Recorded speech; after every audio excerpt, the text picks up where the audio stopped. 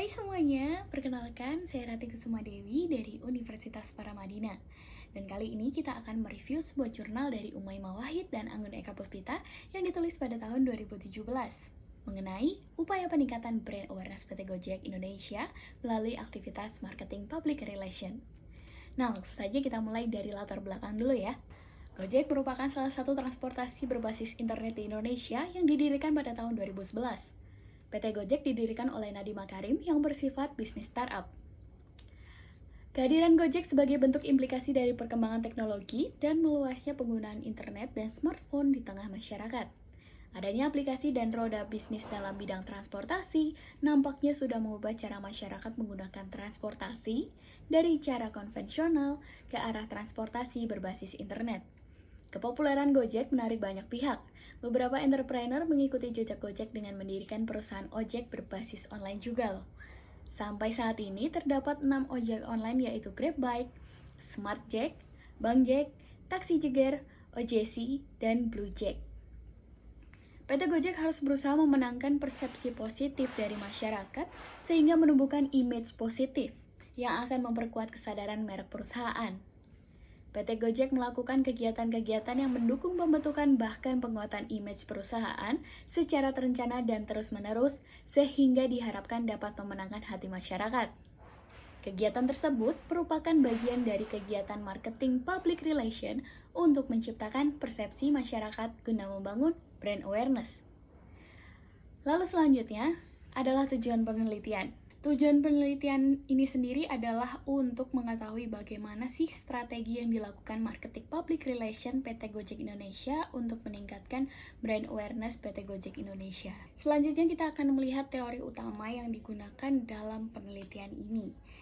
Teori utama yang digunakan adalah tools public relation melalui konsep strategi bauran pensil atau PENCILS yang dikembangkan oleh Thomas L. Harris.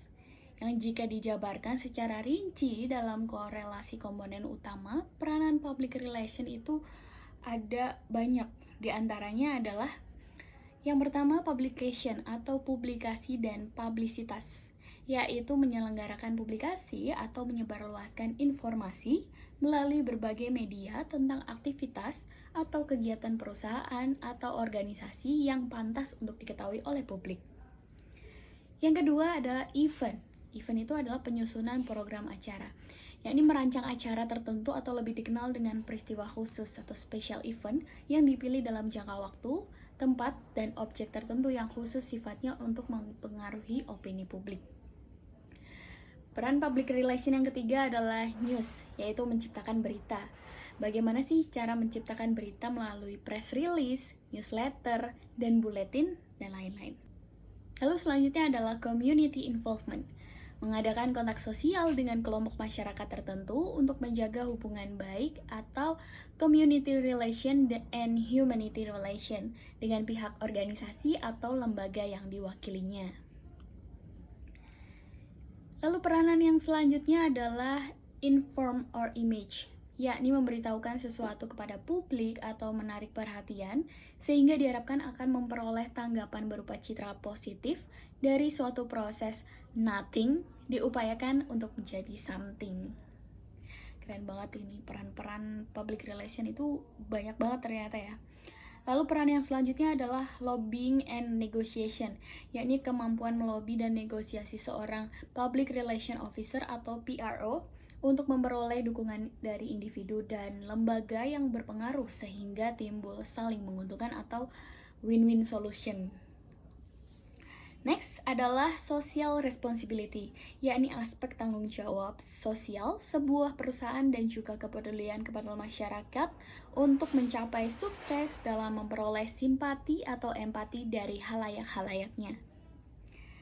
Lalu selanjutnya yang akan kita lihat adalah metode penelitian. Metode penelitian apa sih yang digunakan dalam jurnal ini? Rupanya dalam penelitian ini tuh menggunakan pendekatan kualitatif dengan metode studi kasus. Nah, metode studi kasus yang digunakan dalam penelitian ini adalah studi kasus yang bersifat kolektif atau collective case study. Sedangkan teknik pengumpulan data dibagi menjadi dua bagian yang terdiri dari data primer, yaitu melalui wawancara mendalam atau in-depth interview. dengan key informant dan informan. Kemudian untuk data sekunder didapatkan dari berbagai macam informasi yang berkaitan dengan Gojek Indonesia, baik berupa artikel, berita, maupun informasi pendukung yang diperoleh melalui media cetak maupun data internal yang sudah ada. Selanjutnya kita akan melihat hasil penelitian. Nah, apa sih hasil dari penelitian ini tadi yang udah kita bahas panjang lebar tadi tuh? Hasil penelitiannya itu adalah aktivitas yang dilakukan PT Gojek sebagai upaya meningkatkan kesadaran merek, yaitu yang pertama publication, yaitu PT Gojek Indonesia melalui publisitas memperluas informasi melalui berbagai media tentang aktivitas atau kegiatan perusahaan yang pantas untuk diketahui oleh publik. Nah, ternyata langkah ini tuh secara cepat dan masif dapat menunjang kegiatan publikasi yang dilakukan PT Gojek Indonesia dalam memberikan informasi kepada masyarakat dan meningkatkan brand awareness ke masyarakat. Nah, yang kedua adalah event, yaitu event atau program acara yang bertujuan memperkenalkan produk dan layanan perusahaan, mendekatkan diri ke publik, dan lebih jauh lagi dapat mempengaruhi opini publik. PT Gojek Indonesia juga menjalin kerjasama dengan event-event besar. Selain untuk mendukung acara tersebut, PT Gojek Indonesia juga dapat memperkenalkan perusahaannya dan menjadi tempat promosi, sehingga masyarakat akan semakin aware dengan Gojek. Kegiatan-kegiatan yang diadakan tersebut ternyata berimplikasi logis terhadap peningkatan jumlah pengikut di media sosial. Gojek saat ini dengan jumlah followers di Twitter itu ada 310.000 pengikut, di Instagram ada 169.000 pengikut, dan di Facebook itu mendapatkan 323.273 jumlah yang menyukai Facebook dari Gojek. Wow, ini sih banyak banget ya, ternyata tuh implikasi positif dari adanya event itu, engagement dengan masyarakat itu bagus dengan sosial medianya. Selanjutnya, yang ketiga adalah news. News sendiri adalah pemberitaan yang biasa dibuat oleh Gojek, merupakan pemberitaan mengenai kerjasama yang dilakukan Gojek dengan perusahaan-perusahaan yang lain, dilakukan publikasi melalui website Gojek sendiri maupun ke media massa lainnya. Dengan berita-berita baik yang dibuat oleh Gojek sendiri maupun pemberitaan mengenai Gojek yang terdapat di media massa dapat mempengaruhi pandangan masyarakat terhadap perusahaan. Selanjutnya, community involvement. Melalui komunitas PT Gojek Indonesia memiliki kerjasama dengan banyak komunitas dan membuka bagi komunitas yang ingin bekerja sama seperti tukang ojek, yang ingin bergabung menjadi mitra Gojek, atau para UKM, atau usaha kecil dan menengah, atau outlet makanan yang ingin bergabung dengan salah satu fitur dari Gojek, yaitu GoFood. Adanya kerjasama tersebut maka dapat memberikan kesadaran masyarakat akan sebuah perusahaan atau komunitasnya. Kira-kira siapa sih yang nggak kenal fitur Gojek, yang GoFood, GoSend, GoRide, dan semuanya yang udah memudahkan masyarakat untuk beralih ke online, dan ini tuh benar-benar lebih efektif dan efisien gitu sih. Yang kelima adalah inform or image. Dengan citra positif perusahaan akan memudahkan mendapat kerjasama dengan perusahaan lain karena pandangan positif terhadap perusahaan mereka akan merasa percaya apabila menjalin kerjasama.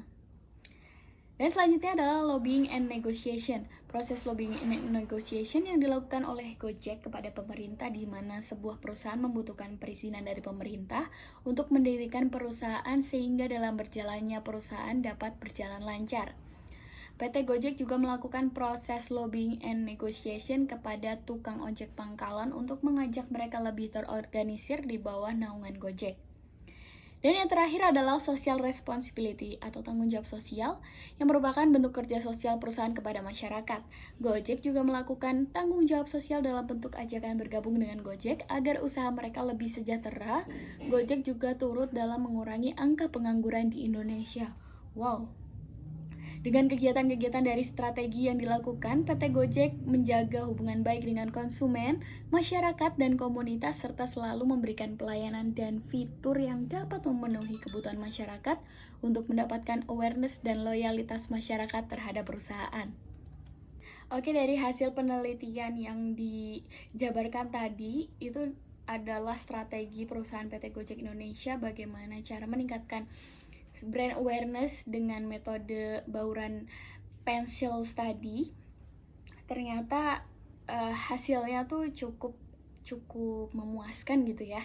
Selanjutnya adalah kelebihan dan kekurangan dari jurnal penelitian ini. Yang pertama adalah kelebihannya, teori yang digunakan dan pembahasan dalam penelitian itu sudah sesuai. Dan kekurangannya adalah bahasa yang digunakan masih berbelit-belit sehingga kita harus membaca berulang kali untuk memahami jurnal ini. Akhirnya kita sudah selesai mereview jurnal komunikasi ini. Terima kasih sudah menonton dan semoga ilmu yang kita sharing ini bermanfaat. Dadah!